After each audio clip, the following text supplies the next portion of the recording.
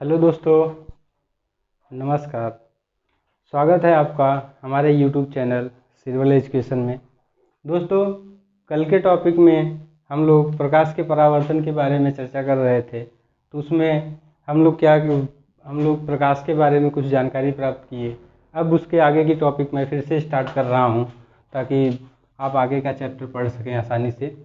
तो दोस्तों, आगे की टॉपिक में हम लोग गोलीय दर्पण के बारे में पढ़ेंगे। गोलीय दर्पण कितने प्रकार का होता है आप लोग देख ही रहे हैं, अवतल दर्पण, उत्तल दर्पण। इसके बाद गोलीय दर्पण से संबंधित हम कुछ परिभाषाएं या बताएंगे आप लोगों को, ताकि जो आप प्रतिबिंब बनाने में ये परिभाषाएं आपको बहुत ज़्यादा ध्यान रखने योग्य होती हैं।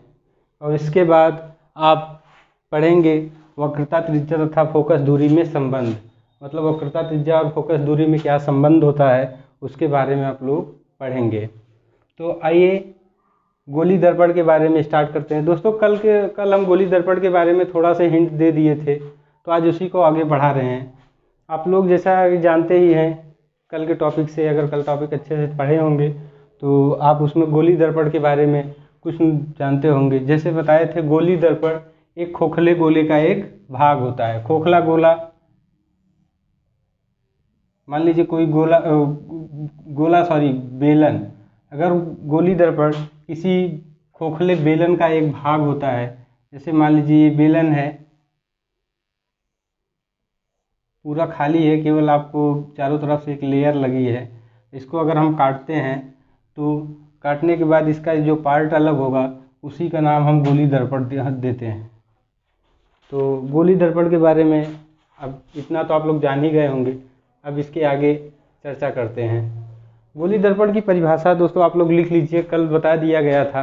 तो गोलीय दर्पण की परिभाषा होती है, यह एक खोखले गोले का भाग होता है जिसके एक पृष्ठ पर चांदी या पारे का कलई करके उस पर आयरन ऑक्साइड का एक लेप चढ़ा दिया जाता है, जिससे एक तल उसका परावर्तक तल बन जाता है। जैसे मान लीजिए गोलीय दर्पण का ये एक भाग हो गया, अगर हम इसको काटते हैं, ऐसे काटते हैं, तो इसमें एक तल अवतल बन जाता है, एक तल उत्तल बन जाता है। किसको हम अवतल बनाएं, किसको उत्तल बनाएं, इसका निर्धारण हम इसी से करते हैं कि जिस साइड हम कलई करेंगे उसका दूसरा भाग परावर्तक तल बन जाता है। तो हम उसी से हिसाब से अपना अनुमान लगाते हैं कि कौन सा उत्तल है दर्पण है, कौन सा अवतल दर्पण है। तो आइए कलई करके आपको बताते हैं कि किस तरह से उसको हम बना सकते हैं। देखिए, ये एक गोलीय दर्पण का खोखले गोले का एक भाग है। इसको हम अगर यहाँ से काट दें तो एक ऐसा तल मिलेगा, एक तल ऐसा मिलेगा, तल एक ऐसा मिलेगा, एक ऐसा मिलेगा। तो इसमें आप लोग देख रहे होंगे, अभी एक तल हम मिटा देते हैं। आप इसको देख रहे होंगे कि इसमें एक तल दबा हुआ है, इसका अगला तल एक उभरा हुआ है। अब इसमें हम बना सकते हैं कि कौन अवतल होगा, कौन उत्तल होगा। तो अवतल और उत्तल का निर्धारण करने के लिए हमको बस परावर्तक तल का निर्धारण करना होता है।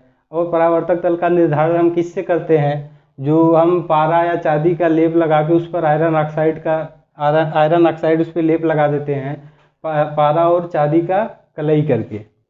तो आइए फिर से हम बताते हैं इसको कि इधर हम कैसे करके अवतल दर्पण बनाएंगे, कैसे करके उत्तल दर्पण बनाएंगे। देखिए, अगर हम दबे हुए तल को परावर्तक तल बनाना चाहते हैं, दबे हुए तल को परावर्तक तल बनाना चाहते हैं, तो इधर हम लेप लगाएंगे। मान लीजिए ये लेप लगा दिए। लेप चांदी का होगा, पारा का एक लेप होगा, उसके ऊपर हम आयरन ऑक्साइड से कलई कर देंगे ऐसे। तो ये दबा हुआ तल हमारा क्या बन जाएगा, परावर्तक तल।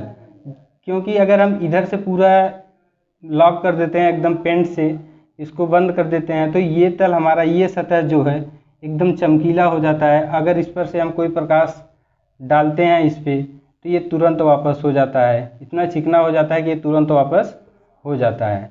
तो ये हो गया परावर्तक तल। परावर्तक तल में जो दबा हुआ तल होता है, जिससे दबे हुए तल से अगर प्रकाश का परावर्तन हो, तो ये क्या हो जाता है, अवतल दर्पण। ऐसा दर्पण जिसके दबे हुए तल से प्रकाश का परावर्तन हो जाए, ऐसा तल जिसके दबे हुए तल से प्रकाश का परावर्तन हो जाए, उसे क्या कौन सा दर्पण कहेंगे? अवतल दर्पण। आप इतना समझ लीजिए, दबे हुए तल से प्रकाश का परावर्तन जिससे होता है उसका नाम हम अवतल दर्पण रखते हैं। तो अब अवतल दर्पण हो गया। अब आइए उत्तल दर्पण के बारे में जान लेते हैं। सेम वही है, बस ये जो कलई किए हैं ये इसको इस साइड करना है। आइए हम उसको अलग तरीके से बना ही देते हैं। मान लीजिए इस दबे हुए तल पे हम कलई कर देते हैं। कलई मतलब पेंट कर देते हैं। और पेंट किसका करना है वो आप लोगों को हम बता चुके हैं कि पहले हम क्या करेंगे, तांबा या चांदी का लेप लगाएंगे, उसके ऊपर पेंट चढ़ा देंगे हम आयरन ऑक्साइड का। तो आइए देखते हैं। तो ये हम क्या किए, कलई कर दिए। इसके बाद अब ये वाला ऊपर वाला सतह क्या है, ये हमारा परावर्तक तल बन जाता है, क्योंकि उसी जिस प्रकार से अवतल दर्पण में हम किए उसी प्रकार से इसमें करेंगे तो ये इतना चिकना हो जाएगा कि इससे प्रकाश का परावर्तन होना शुरू हो जाएगा। ये दिखा देते हैं एक प्रकाश की किरण डाल के। ये प्रकाश पड़ी, इधर निकल गई, ये फिर यहाँ से वापस हो जाती है। ये हमारा हो जाता है परावर्तक तल। अब इसको आप लोगों को अलग से बता देते हैं करने के लिए। आप लोग जब डेफिनीशन लिखेंगे इसकी, तो डेफिनीशन के नीचे आपको ये सब लिख लेना है। जैसे मान लीजिए हम अवतल दर्पण के डेफिनीशन बता रहे हैं, तो आप उसके नीचे ये वाला फिगर आप बना लीजिए। ये फिगर आप बना लेंगे, उसके नीचे आप लिख लीजिए अवतल दर्पण। और अगला फिगर बना लीजिए, इसके दबे हुए तल पे हम कलई कर देते हैं। तो ये हो गया हमारा उत्तल दर्पण। ये फर्स्ट फिगर हो गया आपका, ये सेकंड फिगर हो गया। अब परिभाषा एक बार आप नोट कर लीजिए कॉपी में। आप नोट करिए, हम परिभाषा बोल रहे हैं। गोली दर्पण किसी कांच के खोखले गोले का एक भाग होता है। गोली दर्पण किसी कांच के खोखले गोले का भाग होता है जिसके पृष्ठ जिसका एक भाग होता है जिसके एक तल पर चांदी अथवा पारे की पालिश करके उसके ऊपर लाल रंग का एक आयरन ऑक्साइड पेंट कर दिया जाता है। इसका दूसरा तल चमकदार होता है और चमकदार तल पर प्रकाश का परावर्तन होता है। गोली दर्पण की परिभाषा हो गई। गोली दर्पण की परिभाषा आप नोट कर लीजिए। इसके बाद आप अवतल दर्पण की परिभाषा नोट कर लीजिए। अवतल दर्पण की परिभाषा, यदि किसी गोली खंड पर पालिश इस प्रकार किया जाए, इसके दबे हुए तल से प्रकाश का परावर्तन हो, तो इस प्रकार बने दर्पण को अवतल दर्पण कहते हैं। इसके बाद उत्तल दर्पण की परिभाषा नोट कर लीजिए। यदि किसी गोली खंड पर इस प्रकार पालिश किया जाए कि उभरे हुए तल से प्रकाश का परावर्तन हो जाए, तो इस प्रकार बने दर्पण को उत्तल दर्पण कहते हैं। अब उत्तल दर्पण के सामने आप अवतल दर्पण के सामने अवतल दर्पण का फिगर बना लीजिए और उत्तल दर्पण के सामने आप उत्तल दर्पण का फिगर बना लीजिए। तो गोली दर्पण उम्मीद करते हैं आपका क्लियर हो गया होगा। तो आइए अब आगे बढ़ते हैं। गोली दर्पण से संबंधित कुछ परिभाषाएं।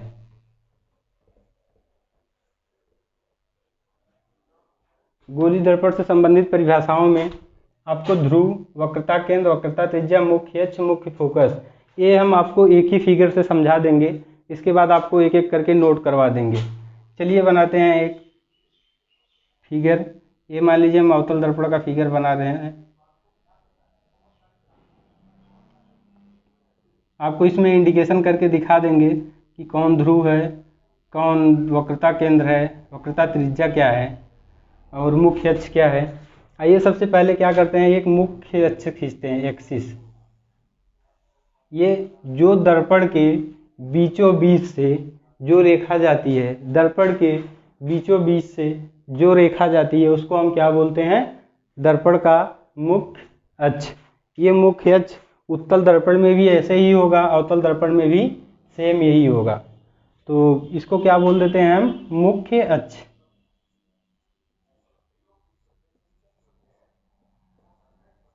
ये हो गया हमारा मुख्य अक्ष। अब मुख्य अक्ष क्लियर हो गया। अब दर्पण का ध्रुव, दर्पण का ध्रुव क्या होता है? गोली दर्पण में मुख्य अक्ष जिस बिंदु को काटता है, गोली दर्पण में मुख्य अक्ष जिस बिंदु को गोली दर्पण को काटता है, ये वाला पॉइंट क्या होता है? ध्रुव कहा जाता है। इसे हम P से डिनोट करते हैं, P से इंडिकेट करते हैं। ये हमारा क्या हो गया? ध्रुव।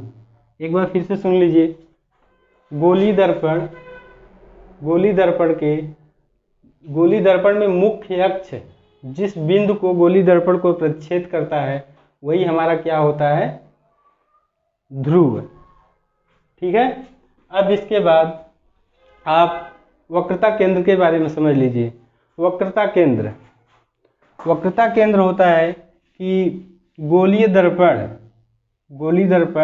जिस खोखले गोले का भाग होता है, गोली दर्पण जिस खोखले गोले का भाग होता है, वही क्या होता है? हमारा वक्रता केंद्र। अब इसी के साथ आप वक्रता केंद्र के साथ साथ वक्रता त्रिज्या के बारे में जान लीजिए। गोलीय दर्पण जिस खोखले गोले का भाग होता है, वही हमारा क्या होता है? वक्रता केंद्र। और वक्रता त्रिज्या क्या होती है? ध्रुव से वक्रता केंद्र के बीच की दूरी, ध्रुव से वक्रता केंद्र के बीच की दूरी क्या होती है? हमारी वक्रता त्रिज्या। इसको आप लोग फिर से एक बार अलग से समझ लीजिए, कैसे ये वक्रता त्रिज्या बन गया। मान लीजिए ये आपका खोखला बेलन था, ये यहाँ से यहाँ तक पूरा पॉइंट आप लोग जानते होंगे मैथ में, इसको आप लोग व्यास कहते थे। क्या कहते थे इसको? व्यास, रेडियस। अब क्या करते हैं, इसको हम जब हम दर्पण को काटे थे तो ऐसे काटे थे, तो ये वाला पार्ट हमारा अलग हो गया था, ये वाला पार्ट हमारा अलग हो गया था, बचा था हमारा केवल एक पार्ट ये वाला।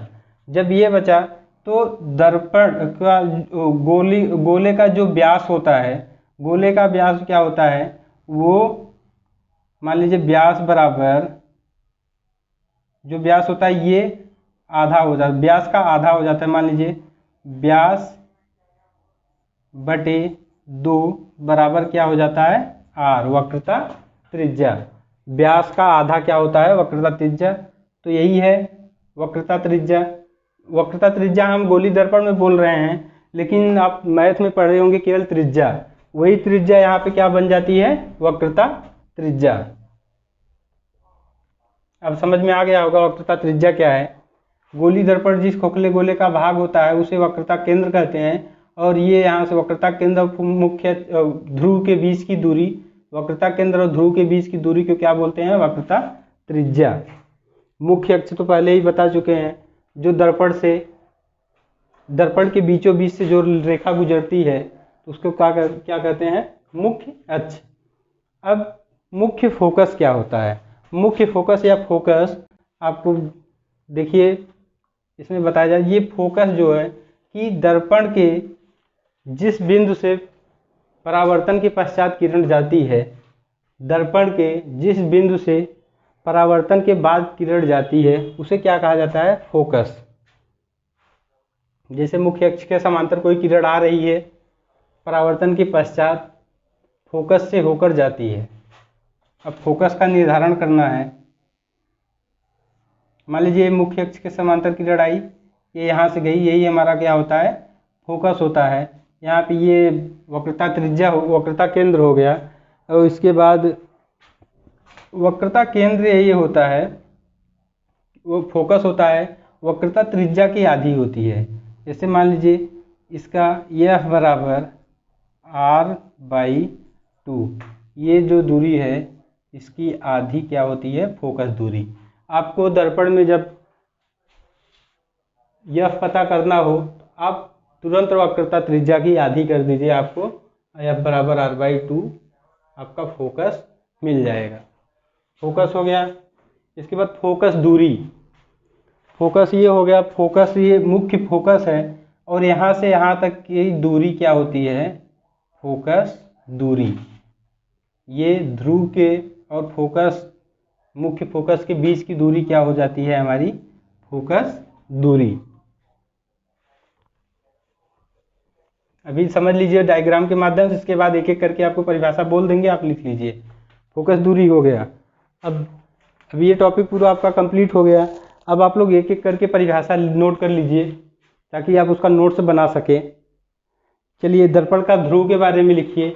दर्पण के ध्रुव के बारे में, तो दर्पण के ध्रुव, गोली दर्पण के परावर्तक तल के मध्य बिंदु को दर्पण का ध्रुव कहते हैं। इसे P से डिनोट करते हैं, P से इसको प्रदर्शित करते हैं। दर्पण का ध्रुव हो गया। इसके बाद है अगला वक्रता केंद्र। वक्रता केंद्र आप हेडिंग कर लीजिए। गोली दर्पण के जिस खोखले गोले के पृष्ठ का भाग होता है, गोली दर्पण जिस खोखले गोले के पृष्ठ का भाग होता है उसे दर्पण का वक्रता केंद्र कहते हैं। इसे C से प्रदर्शित करते हैं, इसे हम C से प्रदर्शित करते हैं। वक्रता त्रिज्या, वक्रता त्रिज्या के बारे में नोट कर लीजिए। गोली दर्पण जिस खोखले गोले का भाग होता है, गोलीय दर्पण जिस खोखले गोले का भाग होता है उसकी त्रिज्या को दर्पण की वक्रता त्रिज्या कहते हैं। गोली दर्पण जिस खोखले गोले का भाग होता है उसकी त्रिज्या को दर्पण की वक्रता त्रिज्या कहते हैं। इसे R से प्रदर्शित करते हैं। ठीक है। अब मुख्य अक्ष के बारे में लिख लीजिए। मुख्य अक्ष दर्पण के ध्रुव व वक्रता केंद्र से होकर जाने वाली, दर्पण के ध्रुव व वक्रता केंद्र से होकर जाने वाली रेखा को मुख्य अक्ष कहते हैं। दर्पण के ध्रुव से वक्रता केंद्र की ओर, वक्रता केंद्र से होकर जाने वाली रेखा को क्या बोला जाता है, मुख्य अक्ष। ये हो गया हमारा मुख्य अक्ष। अब मुख्य फोकस था फोकस, अब इसके बारे में नोट कर लीजिए। गोली दर्पण के मुख्य अक्ष के समांतर आने वाली किरणें, गोली दर्पण के मुख्य अक्ष के समांतर आने वाली किरणें दर्पण से परावर्तन के पश्चात जिस बिंदु से होकर जाती हैं अवतल दर्पण में, या जिस बिंदु से होकर जाती हुई प्रतीत होती हैं, या जिस बिंदु से होकर जाती हुई प्रतीत होती हैं, ब्रैकेट में उसको उत्तल दर्पण आप लोग लिख लीजिएगा, जाती हुई प्रतीत होती हैं, उसे दर्पण का मुख्य फोकस कहते हैं। दर्पण, ठीक है। फोकस दूरी, आप लोग फोकस दूरी के बारे में लिख लीजिए। फोकस दूरी होती है कि फोकस और ध्रुव के बीच की दूरी को क्या कहते हैं, हम फोकस दूरी कहते हैं। फोकस और ध्रुव के बीच की दूरी को फोकस दूरी कहते हैं। इसको स्मॉल f से प्रदर्शित करते हैं। ठीक है। अब इसके आगे की टॉपिक आप लोग लिख लीजिए। आगे है वक्रता त्रिज्या r तथा फोकस दूरी f में संबंध। वक्रता त्रिज्या r तथा फोकस दूरी f में संबंध। वक्रता त्रिज्या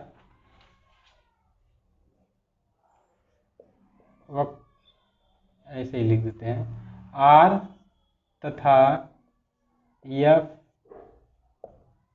में संबंध।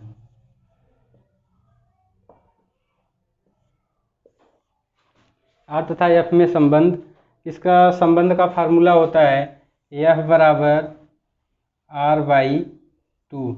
इस फार्मूले को आप लोग नोट कर लीजिए, आपको न्यूमेरिकल लगाने में आसानी होगी। f बराबर r/2। अब इसके आगे अगली टॉपिक हम लोगों की होगी। हम लोग जान चुके हैं कि ध्रुव क्या होता है, वक्रता केंद्र क्या होता है, फोकस दूरी क्या होती है, मुख्य अक्ष क्या होता है, और मुख्य अक्ष तथा फोकस क्या होता है। अब इसको जानने के बाद हम लोग प्रतिबिंब बनाना सीखेंगे। इसको जानने के बाद हम लोग क्या करते हैं, प्रतिबिंब को बनाना सीखेंगे। प्रतिबिंब बनाने के लिए आप लोग अगली टॉपिक नोट कर लीजिए। अगली टॉपिक है गोलीय दर्पण से प्रतिबिंब बनाने के नियम। गोलीय दर्पण से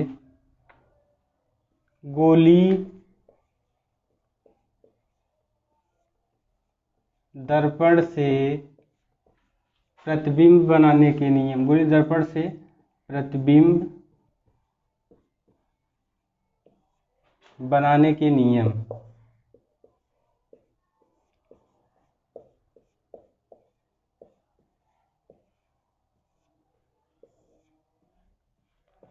देखिए दोस्तों, गोलीय दर्पण से प्रतिबिंब बनाने के 3 नियम हैं। क्योंकि ये नियम हम लोग पता किए रहेंगे तो प्रतिबिंब बनाने के लिए हमको 2 किरणों की आवश्यकता होती है। हम लोग इस नियम के अलावा, जैसे हम मान लीजिए नियम जानते रहेंगे तो आराम से प्रतिबिंब बना सकते हैं। जैसे मान लीजिए पहला नियम इसका क्या कहता है। पहला नियम ये कहता है कि ये मान लीजिए मुख्य अक्ष हो गया, तो इसमें कहता है पहला नियम, मुख्य अक्ष के समांतर आने वाली किरणें, मुख्य अक्ष के समांतर आने वाली किरणें दर्पण से परावर्तन के पश्चात फोकस से होकर जाती हैं।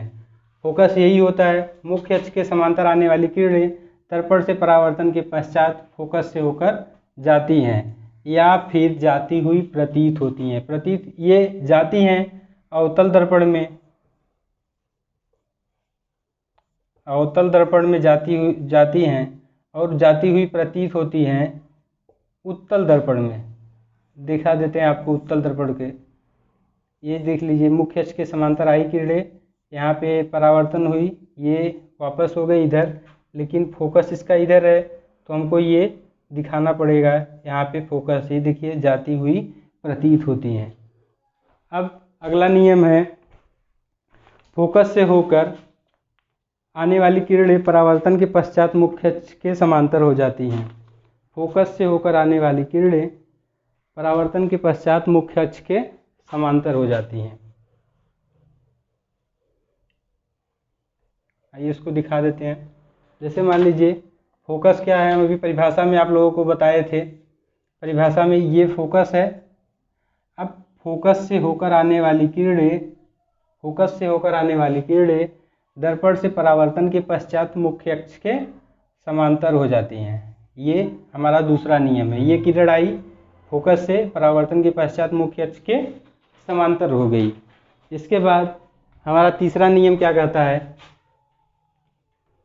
तीसरा नियम कहता है कि गोलीय दर्पण के प्रकाशिक केंद्र से होकर जाने वाली किरणें, गोलीय दर्पण के प्रकाशिक केंद्र से, प्रकाशिक केंद्र, ये मान लीजिए गोलीय दर्पण हो गया, प्रकाशिक केंद्र यही होता है। प्रकाशिक केंद्र से होकर जाने वाली किरणें, प्रकाशिक केंद्र से होकर जाने वाली किरणें परावर्तन के पश्चात उसी मार्ग पर वापस हो जाती है। प्रकाशिक केंद्र से या फिर वक्रता केंद्र से, प्रकाशिक केंद्र से फिर या फिर वक्रता केंद्र से होकर जाने वाली किरणें परावर्तन के पश्चात उसी मार्ग पे वापस लौट जाती हैं। अब तीनों फिगर हम एक साथ में कर देते हैं। इसके बाद आपको उसकी परिभाषा लिखा देते हैं। परिभाषा लिखाने के बाद आपको ये टॉपिक कंप्लीट कर देंगे। मान लीजिए पहला नियम क्या कहता है कि ये पहला फिगर हो गया आपका, मुख्य अक्ष के समांतर आने वाली किरणें, मुख्य अक्ष के समांतर आने वाली किरणें परावर्तन के पश्चात फोकस से होकर जाती हैं।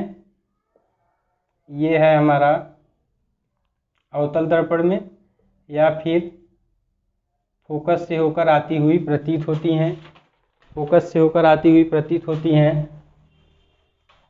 ये उत्तल दर्पण में हो जाएगा। फोकस से होकर आती हुई प्रतीत होती हैं, ये मान लीजिए हमारा क्या है कि उत्तल दर्पण। अब इसमें मुख्य अक्ष के समांतर अगर कोई किरण आई, परावर्तन के पश्चात ऐसे जाएगी। इसके बाद यहाँ से काल्पनिक किरणें हम दिखा देते हैं, क्योंकि एक्सपेरिमेंट में पाया गया है कि यहाँ पे जाती हुई प्रतीत होती है, क्योंकि फोकस यहीं पे होता है तो यहाँ से जाती हुई प्रतीत होती है। ये किरण वापस लौट जाती है। ये दोनों फिगर, ये अवतल में हो गया, ये उत्तल में। अब इसके बाद आप लोग पहला नियम लिख लीजिए, इसके बाद दूसरा नियम, इसके बाद फिगर। चलिए लिखिए, पहला नियम, मुख्य अक्ष के समांतर आने वाली किरणें, मुख्य अक्ष के समांतर आने वाली किरणें दर्पण से परावर्तन के पश्चात फोकस से होकर जाती हैं। ये देखिए, मुख्य अक्ष के समांतर आने वाली किरणें दर्पण से परावर्तन के पश्चात फोकस से होकर जाती हैं। या मुख्य अक्ष के समांतर आने वाली किरणें दर्पण से परावर्तन के पश्चात फोकस से होकर आती हुई प्रतीत होती हैं। हो गया पहला नियम। अब दूसरा नियम, फोकस से होकर आने वाली किरणें, फोकस से होकर आने वाली किरणें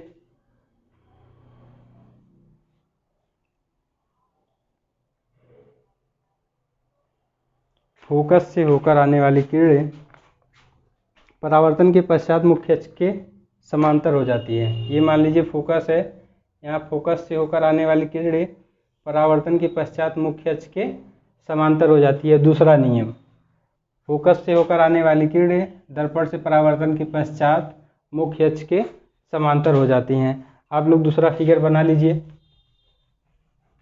इसके बाद तीसरा फिगर बना लीजिए। तीसरा नियम है कि गोलीय दर्पण के प्रकाशिक केंद्र से होकर आने वाली किरणें, गोलीय दर्पण के प्रकाशिक केंद्र से होकर जाने वाली किरणें परावर्तन के पश्चात उसी मार्ग पर वापस हो जाती हैं। गोलीय दर्पण के प्रकाशिक केंद्र से होकर आने वाली किरणें दर्पण से परावर्तन के पश्चात मुख्य अक्ष के समांतर हो जाती हैं। ये देखिए, यहाँ पे प्रकाशिक केंद्र या वक्रता केंद्र है, प्रकाशिक केंद्र या वक्रता केंद्र। अब मान लीजिए, अब हम यहाँ से कोई किरण निकालें, ऐसे निकाल रहे हैं, ये यहाँ से जाएगी, फिर इसी मार्ग पे वापस हो जाएगी। अब ये नियम उत्तल दर्पण और अवतल दर्पण दोनों के लिए काम करेगा। इसके बाद हम क्या करेंगे, प्रतिबिंब बनाना सीखेंगे।